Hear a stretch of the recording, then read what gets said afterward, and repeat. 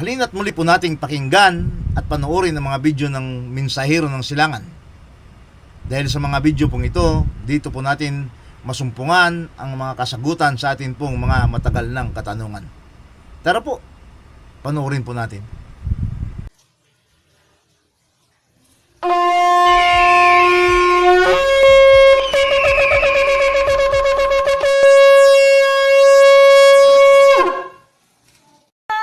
Mabuhay sa sariling bayan kung walang alipin at may kalayaan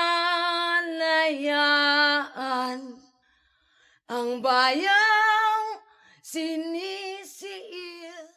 The Messiah said, "When you come to know yourselves, then you will become known, and you will realize that it is you who are the sons of the living Father. But if you will not know yourselves, you dwell in poverty, and it is you who are that poverty." Bukas ay babangon din, ang silang ay pupula sa timyas ng paglaya.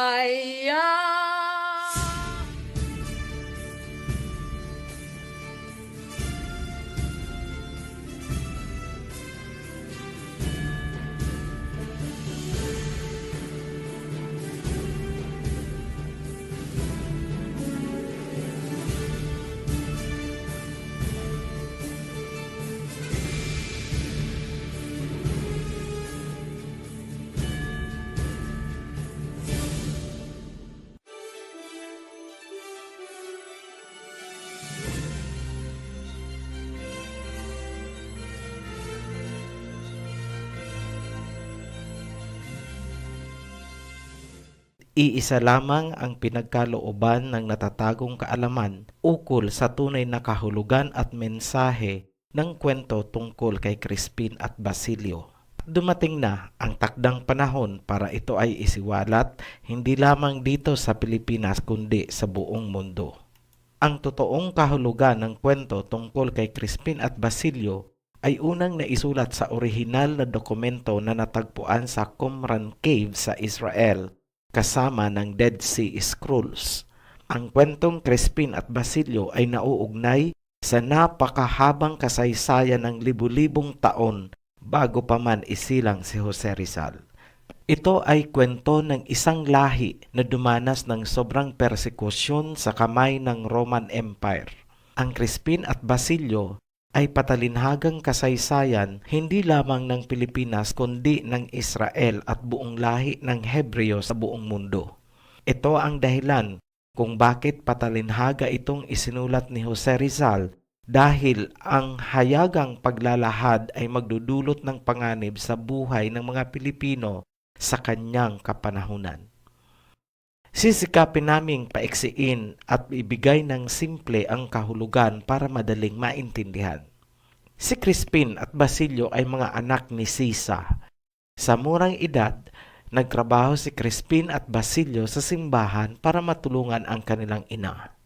Isang araw, pinagbintangan si Crispin ng pinunong sakristan na nagnakaw ng pera sa simbahan. Pinagbabayad siya ng malaking halaga o kaya pagtatrabahuan niya ang nawawalang pera. Isang gabi, ninais ng dalawang bata na umuwi para dalawin ang kanilang ina sa nayon. Ngunit ito ay hinadlangan ng punong sakristan at sinabi sa kanila na pwede lang sila umalis pakalipas ng 10:00 ng gabi. Sinabi ni Crispin na hindi sila makakauwi pakalipas ng 10:00 ng gabi dahil ito ay lampas na sa curfew. Dahil sa pagsagot ni Crispin, pinagpapalaw ito ng sakristan habang kinakaladkad papalayo. Mula sa oras na yon, hindi na natagpuan si Crispin at ito ay ipinagpalagay na namatay. Samantala, umuwi mag-isa si Basilio, ngunit siya ay nakita ng gwardiya sibil at pinaputukan ng baril.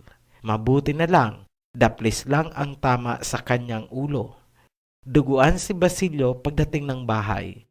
Sinabi niya sa kanyang ina ang nangyari, ngunit pinagbilinan niya ito na huwag magkwento sa iba. Kinaumagahan, pumunta si Sisa sa simbahan upang maghatid ng sariwang gulay bilang handog sa pari. Hinahanap niya si Crispin, ngunit sinabi sa kanya ng tagaluto na ito ay nagnakaw ng pera at tumakas at sa ngayon ay pinaghahanap na ng mga gwardya sibil.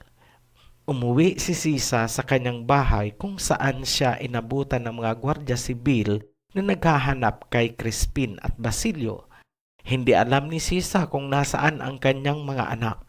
Dahil walang makuhang impormasyon kay Sisa, nagalit ang mga gwardya sibil, sinunog nila ang bahay at ikinulong si Sisa. Hindi nagtagal, pinawalan din naman nila si Sisa. Bumalik si Sisa sa kanilang bahay, ngunit ito ay natupok na ng apoy. Hinahanap niya at tinatawag sina Crispin at Basilio, ngunit ito ay wala na. Dahil sa sobrang lungkot, pag-aalala at kawalan ng pag-asa, nabaliw si Sisa. Hanggang dyan lang po ang naisulat ni Rizal, kung saan kapansin-pansin na putol ang istorya. Malalim ang kahulugan ng kwentong ito.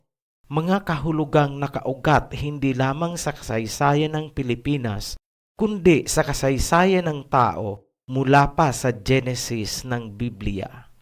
Hindi ito maisulat ni Jose Rizal ng direktahan noong kanyang kapanahunan dahil tayo ay nasasakupan ng Espanya. Malalagay sa panganib ang buhay ng maraming Pilipino kung matutuklasan ng mga paring Katoliko ang tunay na kahulugan ng kwento. Kaya minarapat ni Jose Rizal na isulat ng patalinhaga ang mensahe na inilaan sa mga darating na henerasyon. At kanyang sinabi, ang kabataan ang pag-asa ng bayan. Parang sinasabi niya na dapat itong maintindihan ng kabataan. Makalipas ang mahigit 100 taon at sa unang pagkakataon, isisiwalat ng Ophirian Heritage Conservatory ang tunay na kahulugan ng kwento. Ang Crispin at Basilio ay tumutukoy sa lahi ng mga Hebrew na dumanas ng sobrang hirap at karahasan sa kamay ng Roman Empire or ng Roma. Matatagpuan sa Genesis chapter 10 verse 25 ang simula ng kanilang lahi. May isang tao na nagngangalang Eber or Heber. Siya ay kaapo-apuhan ni Noe. Si Eber ang ama ng lahi ng mga Hebreo. 2 lamang ang anak ni Eber. Ang pangalan ng isa ay Peleg at ang isa ay Joktan. Mula kay Peleg at Joktan ang lahi ng mga Hebro or Hebreo sa buong mundo. Pagkatapos ng baha, si Heber kasama ang dalawa niyang anak na si Peleg at Joktan ay nanirahan sa Mysia or bansang Iran sa kasalukuyan. Doon lumaki at nagkapamilya sina Peleg at Joktan. Nang lumalaki na ang angka nina Peleg at Joktan, nagpaalam na sila sa isa't isa. Mula sa Mysia or Iran, si Peleg ay pumagawi sa kanluran at sa kanya nagsimula ang lahi ng mga Israelita or mga Hudyo sa Israel at naging hari nila si Solomon sa paglipas ng panahon. Si Joktan naman ay pumagawi sa silangan kasama ang kanyang mga anak na sina Ophir, Havila at Sheba. Sa lahi ng mga anak ni Joktan nanggaling ang mga Pilipino. Sa makatuwid, ang mga Pilipino ay dugong Hebreo. Katunayan, bago dumating ang mga Kastila, ang pangalan ng ating bansa ay Ophir, hango sa pangalan ng anak ni Joktan. Ang bundok Pulag o Mount Pulag ay variant ng Peleg. Ito ay mga halimbawa lamang ng mga katibayan na magpapatunay na tayo ay bansang Hebreo.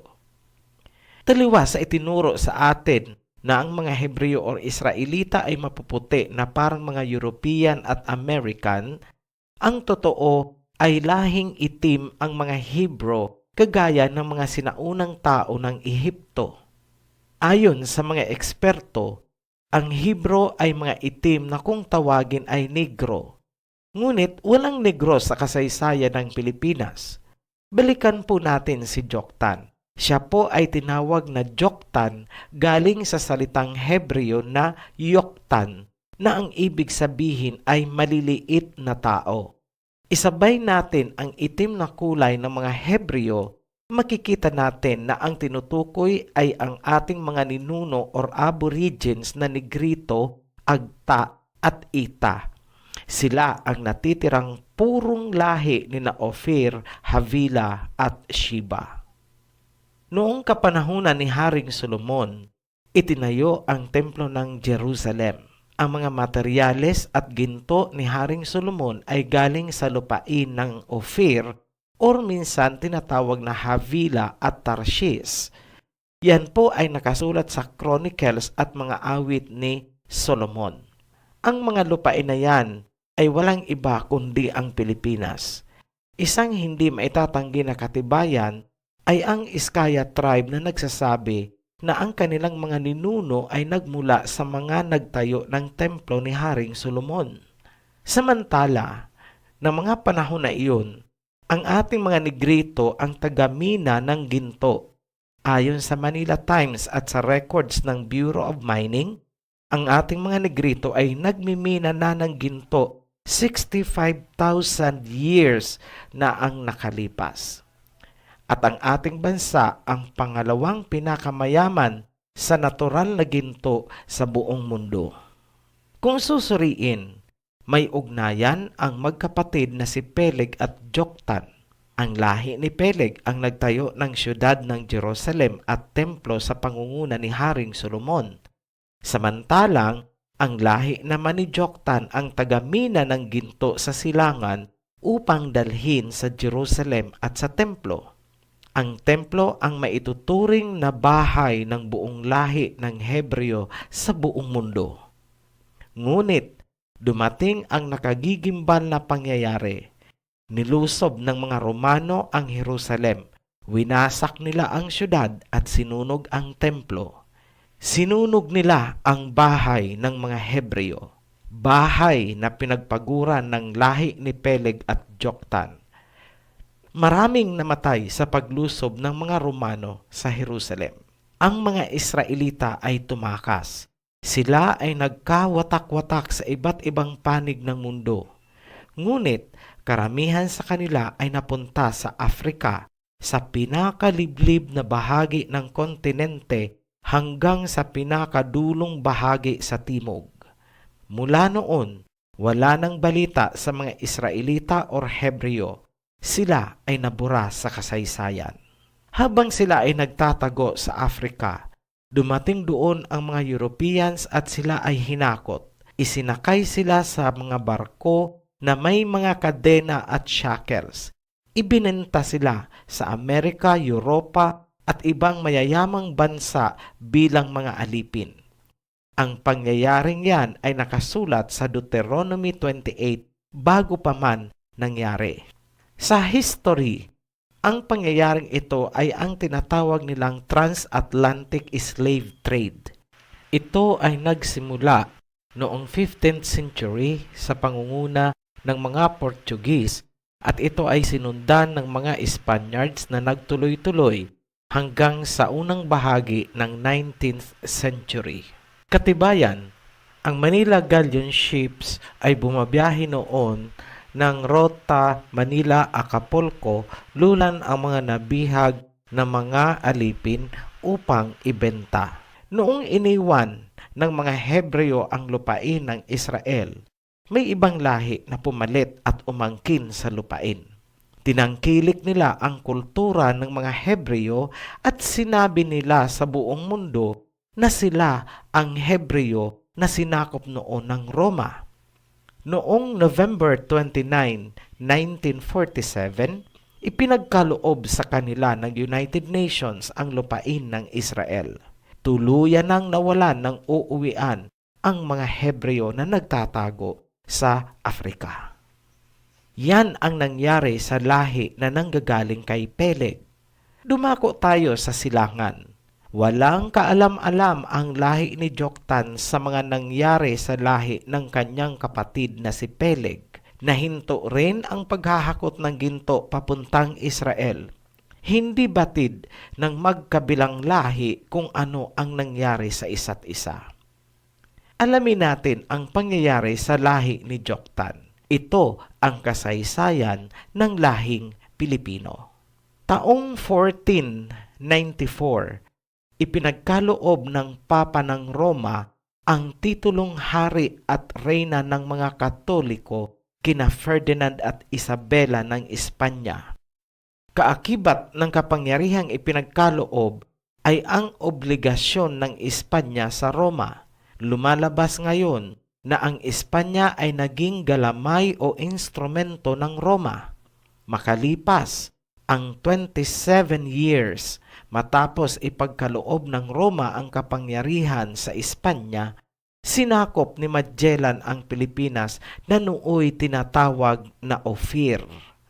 Marahas na ipinasok ni Magellan ang Katolisismo ayon sa ideolohiya ng Roma. Ayon sa Wikipedia, ang pinakaadhikain ng Espanya ay magkamkam ng mga lupain para sa Espanya at ipalaganap ang militanteng Katolisismo. Ipinatupad ng Espanya ang Inquisition ayon sa direktiba ng Roma kung saan nagaganap ang malagim na pagtorture at pagpatay sa lahat ng mga susuway o kukontra sa Katolisismo. Sa Inquisition, nagaganap ang pinakamasakit na kamatayan na maaaring danasin ng isang tao dahil sa kanyang paniniwala. Halimbawa dito ay ang paglalagari ng katawan ng tao mula sa pagitan ng kanyang mga hita habang siya ay nakabiti ng patiwarik. Ang Inquisition ay ginanap ng sikreto at lahat ng magbubunyag ng sekreto tungkol sa Inquisition ay papatawa ng mabigat na parusa. Pero bakit walang alam ang mga estudyanteng Pilipino tungkol sa Inquisition? Ayon sa isang journal na inilimbag ng Ateneo de Manila University, mula ng taong 1940, lahat ng estudyante ay walang alam dahil inalis ito sa history books na kagaya ng mga isinulat ni Binetes at Saide. Marahil, kaya inalis ang Inquisition sa mga libro ay dahil sa impluwensya ng simbahan sa mga manunulat. Kung ating aalamin, minsan nang tinangka ng simbahan na ipaban ang no-limitang here sa lahat ng mga eskwelahan. Noong 1956, naghain sila ng petisyon sa Kongreso na ipagbawal ang no-limitang here sa lahat ng mga paaralan. Ngunit hindi ito pinagbigyan ng Kongreso. Suriin natin ang buod ng kwento. Si Sisa ang kumakatawan sa lahi ng mga Hebreo. Sina Crispin at Basilio ay kumakatawan sa dalawang sangang lahi ng mga Hebreo mula kay Heber. Lahat ng Hebreo sa buong mundo ay napapabilang kung hindi kay Peleg ay kay Joktan. Wala nang iba. Si Crispin ang kumakatawan sa mga Israelita at Hudyo sa linya ni Peleg. Dito nagmula si Haring Solomon. Sila ang mga Hebreo sa kanluran. Si Basilio naman ang kumakatawan sa mga Hebreo na nasa linya ni Joktan. Sila ang mga Hebreo na nasa silangan. Dito napapabilang ang mga Pilipino o tinatawag na mga Ophirians. Ang bahay ni Sisa ay sumisimbolo sa Jerusalem at sa templo ni Haring Solomon na pinagtulungang itayo ng mga Hebreo mula sa kanluran at silangan. Ibig sabihin, buong puwersa ng mga Hebreo ay pinagsama-sama para maitayo ang templo. Si Basilio ang nagmimina ng mga ginto na dinadala sa Israel. Ang pagbaril kay Basilio ay sumisimbolo sa karahasan ng Roma. Ang mga pari at sakristan sa kwento ay sumisimbolo sa simbahang Katoliko. Ang pagsunog ng mga gwardya sibil sa bahay ni Sisa ay sumisimbolo sa pagsunog ng Roman Empire o ng mga Romano sa bahay o templo ng mga Hebreo. Ito yung pagsunog nila sa templo ni King Solomon sa Jerusalem. Ang pagpapalo at pagkaladkad kay Crispin ay sumisimbolo sa pang-aabuso at pang-aalipin. Ang pagkakawala ni Crispin ay ipinapalagay na ito ay patay na. Sumisimbolo ito sa pagkakawala ng mga Israelita matapos lusubin ng Roma ang Israel. Ang pagkakawala din ni Basilio ay sumisimbolo sa pagpapalit ng pangalan ng ating bansa mula sa Ophir papunta sa Pilipinas. Nawala ang katauhan at pagkakakilanlan ng bansa at ng mga Pilipino. Bakit hindi tinapos ni Rizal ang kwento ng Crispin at Basilio? Ito ay sa kadahilanang hindi niya alam ang mga susunod na mangyayari kay Crispin bilang Hebreo na nawawala.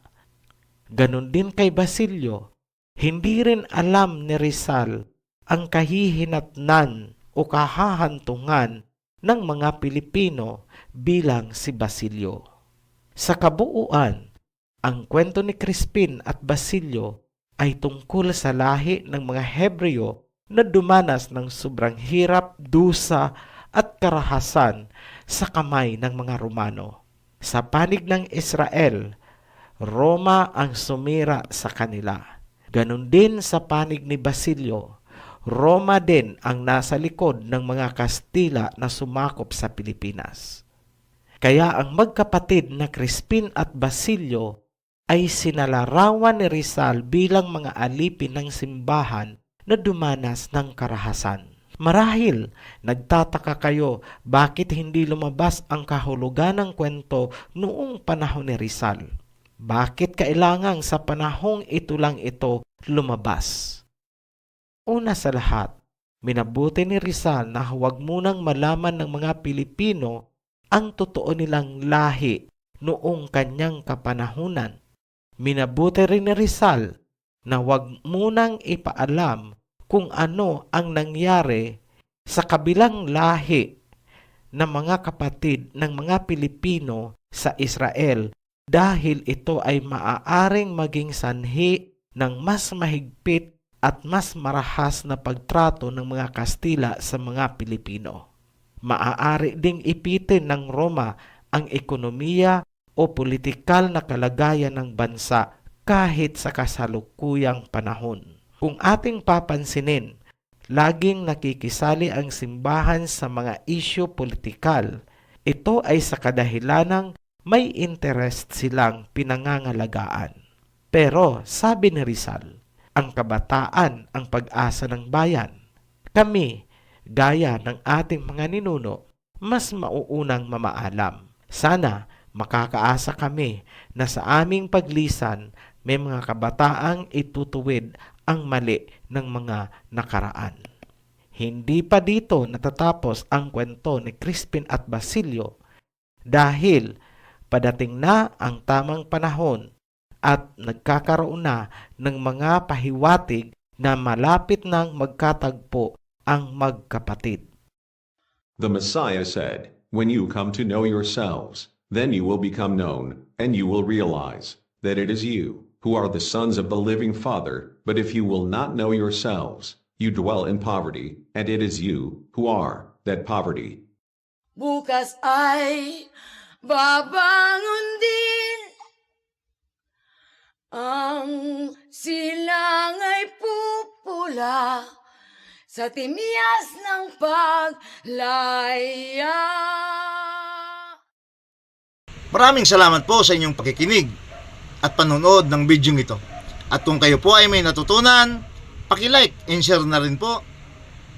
At nasa baba po ang ating link para po sa inyong mga komento.